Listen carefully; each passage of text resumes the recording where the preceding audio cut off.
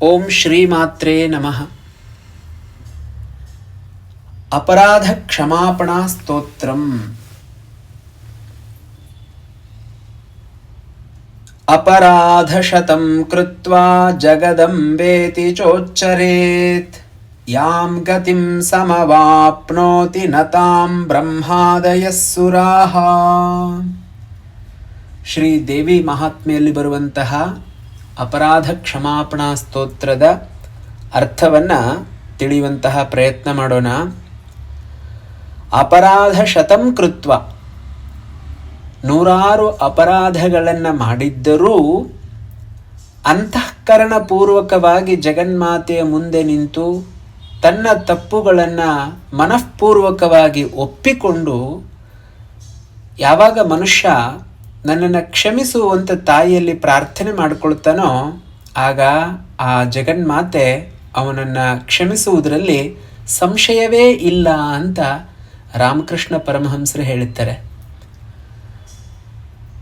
ರಾಮಕೃಷ್ಣ ಪರಮಹಂಸರು ಸಾಕ್ಷಾತ್ತಾಗಿ ಕಾಳಿಕಾದೇವಿಯನ್ನು ಕಂಡಂಥವರು. ಸ್ವಾಮಿ ವಿವೇಕಾನಂದರು ಬಹಳ ಕಷ್ಟದಲ್ಲಿರ್ತಾರೆ, ಬಡತನದಲ್ಲಿರ್ತಾರೆ.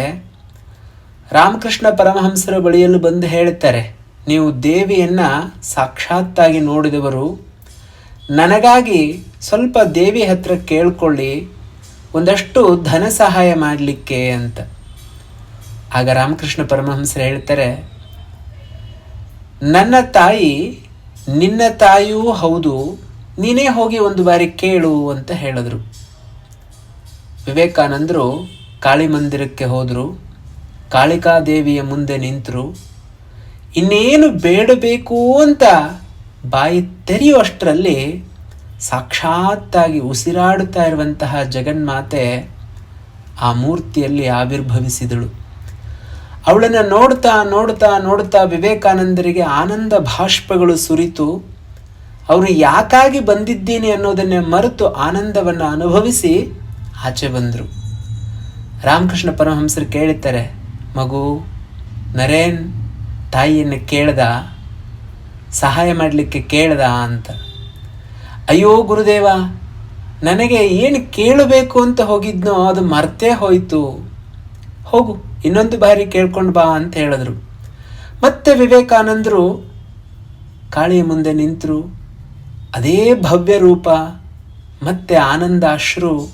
ವಿವೇಕಾನಂದರು ಮರ್ತೇ ಹೋದರು ತಾನು ಕೇಳಲಿಕ್ಕೆ ಬಂದಂತಹ ವಿಚಾರವನ್ನು, ಮತ್ತೆ ಆಚೆ ಬಂದರು. ಹೀಗೆ 2-3 ಬಾರಿ ಆದಾಗ ವಿವೇಕಾನಂದರು ಹೇಳ್ತಾರೆ, ನನ್ನ ಒಬ್ಬನ ಸಂಸಾರಕ್ಕಾಗಿ ನಾನು ಜಗದ್ರಕ್ಷಕಳಾದಂತಹ ದೇವಿಯಲ್ಲಿ ಕೇಳಿದ್ರೆ ಸ್ವಾರ್ಥಿ ಆಗ್ತೀನಿ ಗುರುದೇವ. ಜಗತ್ತಿನ ಕಷ್ಟವನ್ನು ದೂರ ಮಾಡಲಿಕ್ಕೆ ಆ ತಾಯಿ ಕೃಪೆ ಮಾಡಲಿ ಅಂತ ಹೇಳ್ತಾರೆ.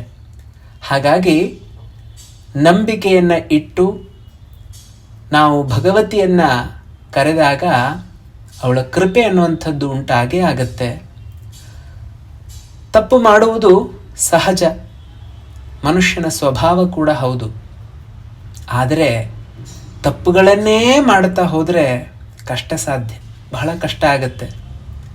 ವಿವೇಕಾನಂದರು ಹೇಳ್ತಾರೆ, ಒಬ್ಬ ಆದರ್ಶ ವ್ಯಕ್ತಿ 100 ತಪ್ಪುಗಳನ್ನು ಮಾಡಿದ್ರೂ ಪರವಾಗಿಲ್ಲ, ಆದರ್ಶರಹಿತನಾದಂತಹ ವ್ಯಕ್ತಿ ಅವನು ಅನೇಕ ತಪ್ಪುಗಳನ್ನು ಮಾಡ್ತಾ ಹೋಗ್ತಾನೆ ಅಂತ. ಯಾಕೆ? ಆದರ್ಶ ಅನ್ನುವುದೇ ಇಲ್ಲವಲ್ಲ.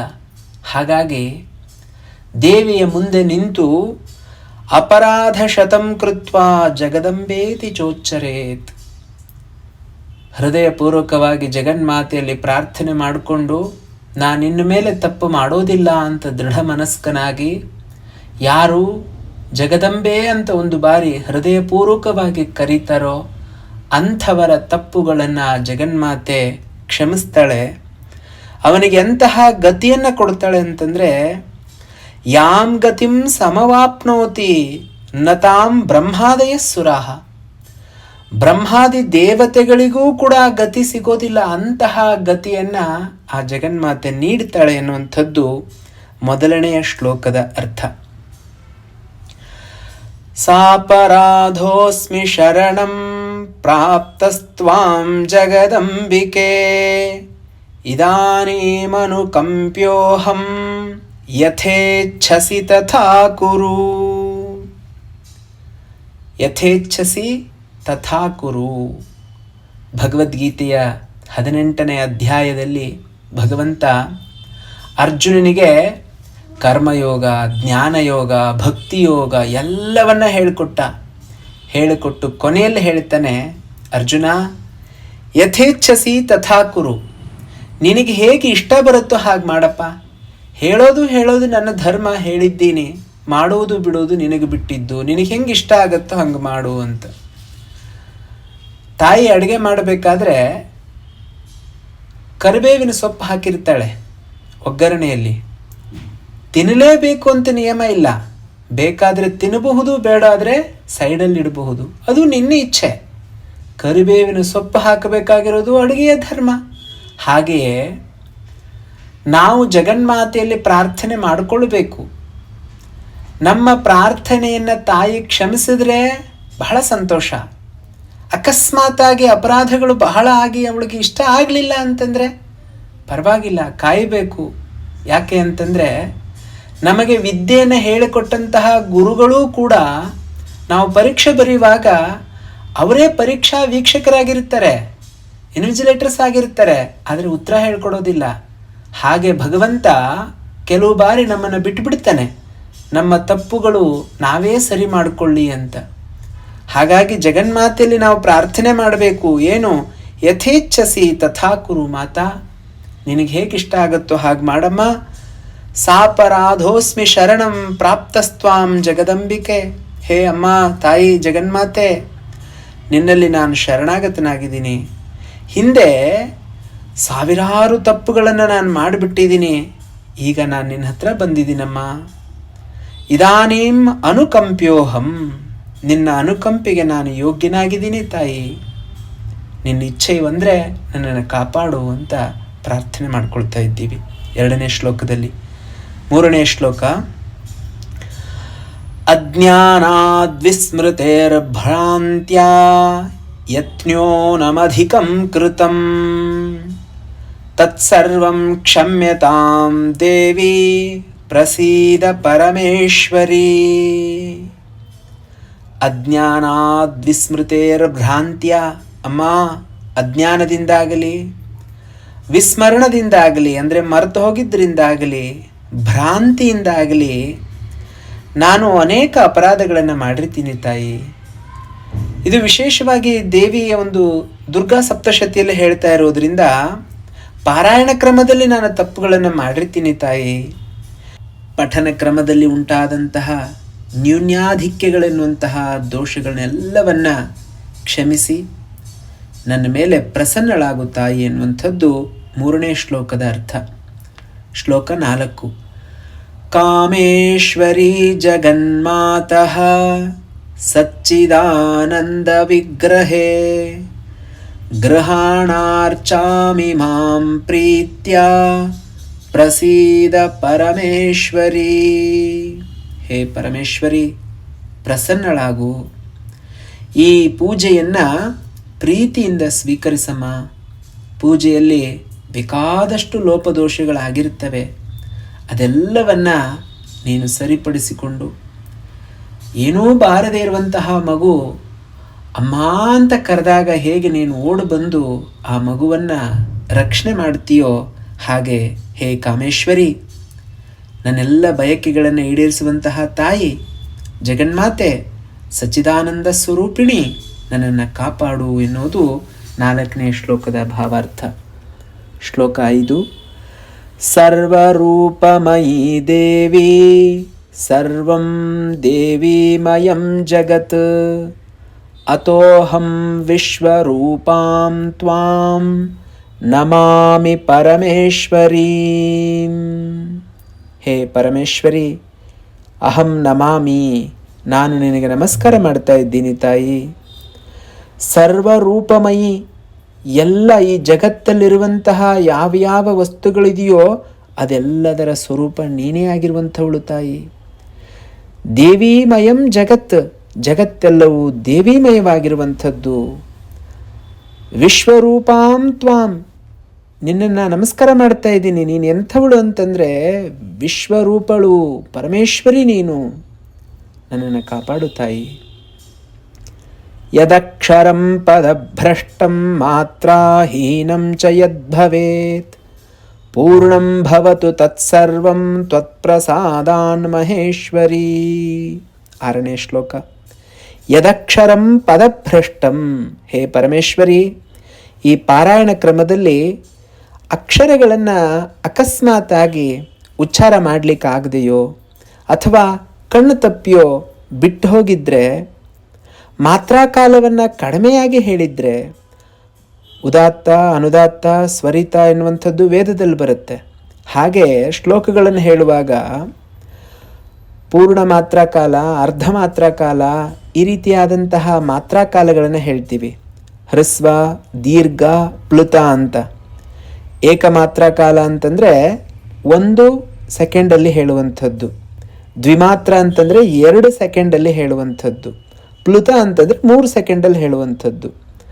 ಅ ಹ್ರಸ್ವ, ಆ ದೀರ್ಘ, ಅದೇ ಆಕಾರವನ್ನು ಇನ್ನು ಸ್ವಲ್ಪ ಎಳೆದು ಹೇಳಿದ್ರೆ ಅದು ಪ್ಲುತಸ್ವರ ಅಂತ ಕರೆಸ್ಕೊಳ್ಳುತ್ತೆ.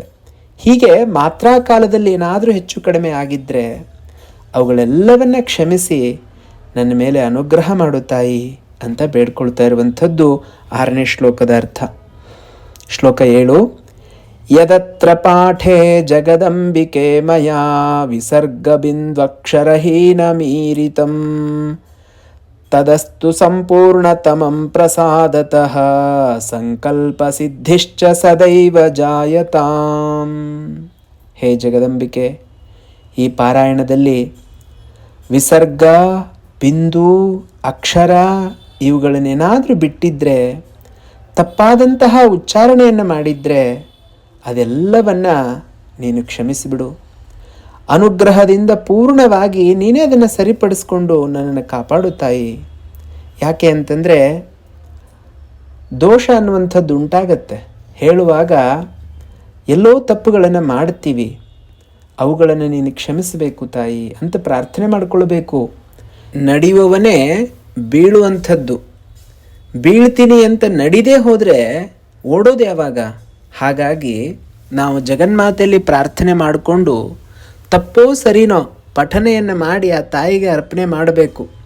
ನಿಧಾನಕ್ಕೆ ಕ್ರಮೇಣ ಆ ತಪ್ಪುಗಳೆಲ್ಲ ಸರಿಯಾಗ್ತಾ ಬರುತ್ತೆ ಅವಳ ಕೃಪೆಯಿಂದ. ಹಾಗಾಗಿ ಪ್ರಯತ್ನ ಮಾಡೋದನ್ನು ಬಿಡಬಾರ್ದು. 8ನೇ ಶ್ಲೋಕ.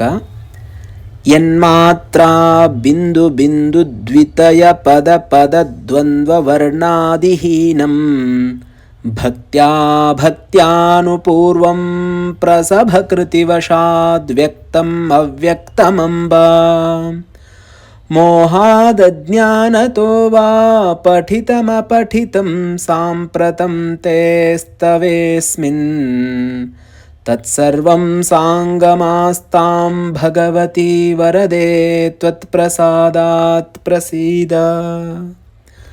ಹೇ ಜಗನ್ಮಾತೆ ತಾಯಿ, ಈ ಸಪ್ತಶತಿ ಸ್ತೋತ್ರವನ್ನು ಬೇಗ ಬೇಗ ಪಾರಾಯಣ ಮಾಡುವಂತಹ ಭರದಲ್ಲಿ ಮಾತ್ರಾಕಾಲದಲ್ಲಿ ವ್ಯತ್ಯಾಸ ಆಗಿರಬಹುದು, ಅನುಸ್ವಾರ ವಿಸರ್ಗಗಳ ಸ್ಖಾಲಿತ್ಯ ಉಂಟಾಗಿರಬಹುದು, ಪದವನ್ನಾಗಲಿ ಪದಗಳ ಎರಡನ್ನಾಗಲಿ ಅಕ್ಷರಗಳನ್ನಾಗಲಿ ಬಿಟ್ಟಿರಬಹುದು, ಸಮಾಸ ಪದಗಳನ್ನು ಒಡೆಯಬಾರದ ಕಡೆ ಒಡೆದಿರಬಹುದು. ನಾನು ಕೆಲವು ಸಮಾಸ ಪದಗಳಿರ್ತವೆ, ಅವುಗಳನ್ನು ಬಿಡಿಸಿ ಹೇಳೋ ಹಾಗಿಲ್ಲ, ಸಂಪೂರ್ಣವಾಗಿ ಹೇಳಬೇಕಿರುತ್ತೆ. ಅಕಸ್ಮಾತಾಗಿ ಅರ್ಥ ಆಗಲಿ ಅಂತನೋ ಅಥವಾ ಅಜ್ಞಾನವಶಾತ್ತೋ ಹೇಳಿಬಿಡ್ತೀವಿ. ಬೇರೆ ಆಗಿರುವಂತಹ ಪದಗಳನ್ನು ಸೇರಿಸ್ತೀವಿ, ಕೆಲವು ಕಡೆ ಅರ್ಥದ ಮೇಲೆ ಗಮನ ಇಲ್ಲದೆ ಸುಮ್ಮನೆ ಓದ್ಕೊಂಡು ಹೋಗ್ತಾ ಇರ್ತೀವಿ. ಇಂಥ ಅನೇಕ ದೋಷಗಳು ನಮ್ಮಿಂದ ಆಗಿರ್ತವೆ ತಾಯಿ. ಸ್ಪಷ್ಟವಾಗಿ ಆಗಲಿ ಅಸ್ಪಷ್ಟವಾಗಿ ಆಗಲಿ ನಾನು ಮಾಡಿರುವಂತಹ ಎಲ್ಲ ದೋಷಗಳನ್ನು ಕ್ಷಮಿಸಿಬಿಡು ತಾಯಿ. ಮೋಹದಿಂದ ಅಥವಾ ಅಜ್ಞಾನದಿಂದ ನಾನಿದನ್ನು ಪಠಿಸಿದರೆ ಅಥವಾ ಯಾವುದನ್ನು ಪಠಿಸಬೇಕಾಗಿತ್ತು ಅದನ್ನು ಬಿಟ್ಟಿದ್ದರೆ ಅವುಗಳೆಲ್ಲವನ್ನ ನಿನ್ನ ಅನುಗ್ರಹದಿಂದ ಸರಿಪಡಿಸಿಕೋ ತಾಯಿ. ನನ್ನ ಪಾರಾಯಣ ಸಾಂಗವಾಗಲಿ. ಹೇ ಭಗವತಿ ವರದಾತೆ, ನನ್ನ ಮೇಲೆ ಪ್ರಸನ್ನಳಾಗು ತಾಯಿ ಎನ್ನುವಂಥದ್ದು 8ನೇ ಶ್ಲೋಕದ ಅರ್ಥ. 9ನೇ ಶ್ಲೋಕ. ಪ್ರಸೀದ ಭಗವತ್ಯಂಬ ಪ್ರಸೀದ ಭಕ್ತವತ್ಸಲೇ ಪ್ರಸಾದಂ ಕುರು ಮೇ ದೇವಿ ದುರ್ಗೆ ದೇವಿ ನಮೋಸ್ತುತೆ. ಹೇ ತಾಯಿ ಭಗವತಿ, ಭಕ್ತರಲ್ಲಿ ವಾತ್ಸಲ್ಯವುಳ್ಳಂತಹ ಹೇ ದೇವಿ, ನನ್ನಲ್ಲಿ ಅನುಗ್ರಹವನ್ನು ಮಾಡು ತಾಯಿ. ದುರ್ಗೆ, ನಿನಗೆ ನಮಸ್ಕಾರ ಮಾಡ್ತಾ ಇದ್ದೀನಿ. ದುರ್ಗೆ ದೇವಿ ನಮೋಸ್ತುತೆ, ನಾನು ನಿನಗೆ ನಮಸ್ಕಾರ ಮಾಡ್ತಾ ಇದ್ದೀನಿ ತಾಯಿ, ನನ್ನನ್ನು ಕ್ಷಮಿಸು ಕ್ಷಮಿಸು ಕ್ಷಮಿಸು ಅಂತ ತಾಯಿಯಲ್ಲಿ ಪ್ರಾರ್ಥನೆ ಮಾಡಿಕೊಳ್ಳುವಂಥದ್ದೇ ಅಪರಾಧ ಕ್ಷಮಾಪಣಾ ಸ್ತೋತ್ರ.